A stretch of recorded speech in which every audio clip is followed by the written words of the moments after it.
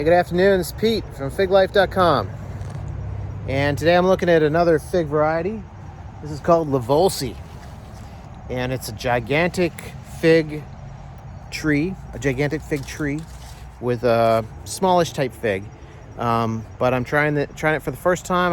There's not a lot of reports on what the taste of this fig is outside of California. So I'm interested to see what it's like. And I'll find out here in just a minute.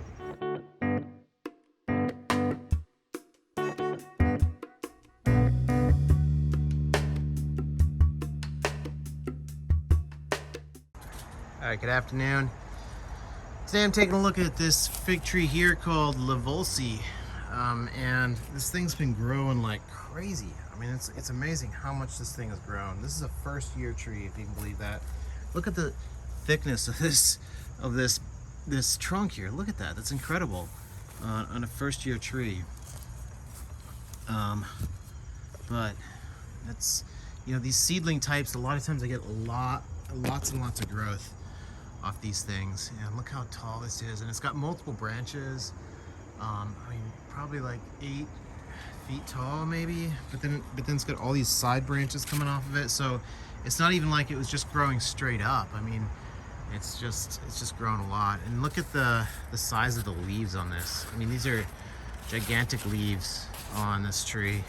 Look at this. Of course, I'm getting some rust this time of year, but look at the size of that leaf. So just huge amount of growth off this. And I'm just now starting to get some ripe figs. It's funny, usually on these first year trees, the ripe figs will be like way down here. But this one's like way up here. So it just shows you how much these things have grown. So I think this one's pretty soft. So let me go ahead and pick this one. So this is not my first LiVolsi. I picked one earlier, but it was kind of spoiled. I think I actually didn't see it, and I had it on the tree over there, and it was actually too ripe and it had spoiled. So this one actually looks pretty good. You can see it kind of broke at the stem, but I'm not getting a lot of latex, just a little bit. So let me take the organza bag off this. All right, got the organza bag off. There we have it. So, pretty good looking fig. A little on the smaller side. Pretty tight eye. And let's see what the weight is. 24 grams. Yeah, so pretty small. Let me go ahead and cut this open. All right, so really light color on the inside. And the photos I've seen online have kind of a yellow or an orange interior, but those of course those were likely caprified. So this is what I'm getting, and this is consistent with the last one I picked, which I mentioned was overripe, but it had a yellow sort of interior to it. So we'll see what it tastes like. Yellow interior, probably like a honey type fig or maybe a sugar fig. So let me try this. So, right.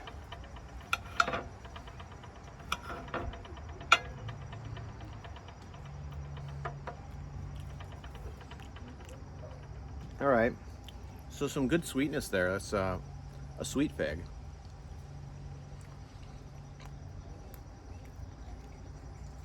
Yeah.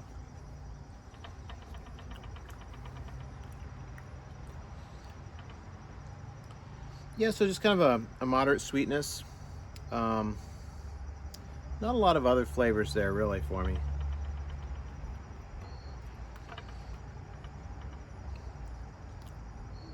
So seems to be just kind of a sugar fig.